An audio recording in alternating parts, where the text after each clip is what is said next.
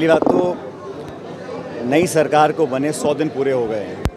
100 दिन में केंद्र की सरकार ऐसा कोई काम नहीं कर पाई। मुझे याद है चुनाव से पहले लगातार सभाएं होती थी, मीटिंग होती थी और कहते थे कि 100 दिन के अंदर हमारा एजेंडा होगा, अलग अलग मंत्रालय का हमने मापदंड तय किया है।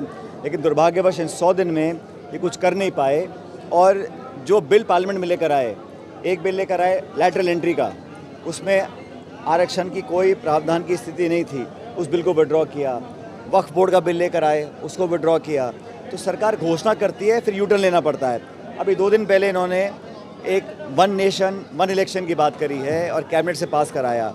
उस दिन जहां जम्मू कश्मीर के पहले चरण का मतदान हो रहा था, लोगों का ध्यान भटकाने के लिए ये शगुफा छोड़ा है। और हर बार की तरह इस निर्णय को भी सरकार को यूटर्न लेना पड़ेगा, क्योंकि जो संख्या बल चाहिए पार्लियामेंट में, इतना बहुमत उनके पास है नहीं और किसी से सलाह नहीं, किसी दल से, किसी नेता से। इतना बड़ा देश है, अगर कल मध्यवर्ती चुनाव हो जाते हैं तो क्या पूरे राज्यों में दोबारा चुनाव होंगे? और अलग अलग स्टेट्स की अलग अलग परिस्थिति हैं, अलग अलग टाइमलाइंस हैं, अलग अलग समय है, मौसम, कैसे संभव है? और बिना चर्चा के आपने उसको पारित कर दिया, लेकिन ये कारगर होना लगभग असंभव है। और हम सब जो विपक्ष की पार्टी के लोग, इंडिया अलायंस के लोग हैं, इसके विरोध में हैं। तो ये तो सिर्फ ध्यान भटकाने के लिए घोषणा करी गई है। मुझे लगता नहीं कि बहुत ज़्यादा कामयाब होंगे। जहाँ तक चुनाव की बात है, 4 राज्यों के चुनाव होने थे, ये सिर्फ 2 ही राज्यों में चुनाव करवा पा रहे हैं। बाकी झारखंड और महाराष्ट्र के चुनाव इन्होंने पोस्टपोन किए। जब आप 4 राज्यों के विधानसभा चुनाव नहीं करा पा रहे हैं, राजस्थान में 7 उपचुनाव होने, आप वो नहीं करा पा रहे हैं, तो 1 नेशन 1 इलेक्शन की आप कैसे बात कर सकते हैं? हरियाणा और जम्मू कश्मीर में दोनों जगह भारतीय जनता पार्टी पिछड़ रही है और यही कारण है कि लगातार वो बौखलाहट में कांग्रेस पार्टी को और राहुल गांधी जी को टारगेट करते हैं, बेबुनियाद बातें बोलते हैं, अपशब्द बोलते हैं, गालियां देते हैं, जान से मारने की धमकी दे रहे हैं। तो मुझे लगता है कि नेता जो बोल रहा है, लेकिन जो नेता का नेतृत्व करने वाले हैं, अगर वो खंडन नहीं कर रहे, वो दंडित नहीं कर रहे हैं, वो इस बयान को सही मान रहे हैं, तो हमें समझना पड़ेगा कि भारत सरकार और भाजपा की यही सोच है। इसलिए इसका मुकाबला करेंगे। इसकी मैं निंदा करता हूं। पूरे देश भर में आज आक्रोश लोगों को है। जो व्यक्ति संवैधानिक पद पर बैठा है, राहुल गांधी जी इस देश के प्रतिपक्ष के नेता हैं, उस संवैधानिक पद पर बैठे के व्यक्ति के खिलाफ आप जान से मारने की धमकी दें, उनकी ज़बान काटने के लिए 11 लाख का इनाम की घोषणा करें, इस प्रकार के लोगों को आप बर्दाश्त कर रहे हैं, मतलब आपकी मानसिकता इसी प्रकार की है। इसलिए जो केंद्र के मंत्री बन गए हैं वो राहुल गांधी जी को आतंकवादी बता रहे हैं। इससे बड़ा दुर्भाग्य नहीं हो सकता कि केंद्र के मंत्री होकर इस प्रकार की बातें बोल रहे हैं। तो पूरे देश में, सिर्फ कांग्रेस में नहीं, पूरे देश में इस बयान का खंडन लोग कर रहे हैं और मुझे लगता है जितनी भर्त्सना की जाए उतनी कम है।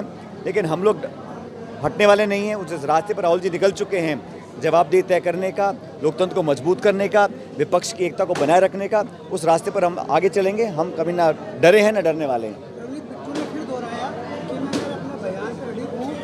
लेकिन जिस तरह से जो राहुल गांधी जी ने जो बयान दिया है, जिसकी तुलना पन्नू से की गई है, पन्नू के बयान और उसकी तुलना राहुल जी के बयान की तुलना उन्होंने मुझे नहीं बताया कि वो उस पर माफी। ये कांग्रेस के थे, इनकी पूरी तीनों पीढ़ियाँ कांग्रेस में थी, अब नए नए वहाँ बीजेपी में गए हैं, अपनी दुकान जमाने के लिए इस प्रकार के बयान दे रहे हैं। और ना तो भारत सरकार और ना भाजपा के शीर्ष नेतृत्व इसका खंडन कर रहे हैं। इसका मतलब साफ साफ ये होना चाहिए कि इस प्रकार की भाषा का वो अनुमोदन करते हैं। उनको पसंद है कि भारत की राजनीति में ऐसा संवाद हो जहां गालियां दी जाएं, जान से मारने की धमकी दी जाए। हम कानूनी कार्रवाई भी करेंगे और पॉलिटिकली भी बीजेपी को चैलेंज करेंगे। और मुझे लगता है कि इसका सबसे तगड़ा जवाब आएगा 8 अक्टूबर को, जब मतगणना होगी और पूर्ण बहुमत के साथ कांग्रेस में और जम्मू कश्मीर में इंडिया अलायंस और कांग्रेस की सरकारें बनेंगी।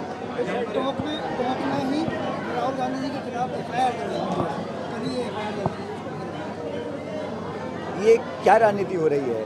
जिसको आप गाली दे रहे हो, जान से मारने की धमकी दे रहे हो, उसके खिलाफ आप एफआईआर भी करा रहे हो। मतलब मुझे समझ में नहीं आ रहा। आपकी सरकार बनी 10 महीने पहले, आप यहाँ विकास के काम कराओ, जनता की बात को सुनो। और जो खींचतान इस सरकार में हो रही है, इतने सत्ता के केंद्र बन चुके हैं, किसी को मालूम नहीं है कि कौन मंत्री है, कौन नहीं है। सत्ता कुछ बोलती है, संगठन कुछ बोलता है, बिखराव हो चुका है। इतना नेतृत्व में हीन प्रदेश चल रहा है। बड़ा दुर्भाग्य है। सरकार को बने 10 महीने हुए नहीं हैं और अभी से ही पूरा रायता बिगड़ चुका है। तो मुझे बड़ा दुख है कि जो उम्मीदों से सरकार बनी थी, वो उम्मीद पूरी नहीं हो पा रही है। क्या लग रहा है हरियाणा और पूर्ण बहुमत से सरकार बनाएंगे हम लोग।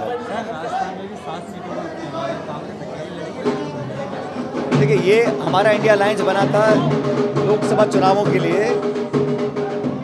हमारा इंडिया गठबंधन लोकसभा चुनावों के लिए बना था, लेकिन जिन जिन राज्यों में हम विपक्ष की एकता को एकजुट रख सकते हैं वो हम काम करेंगे।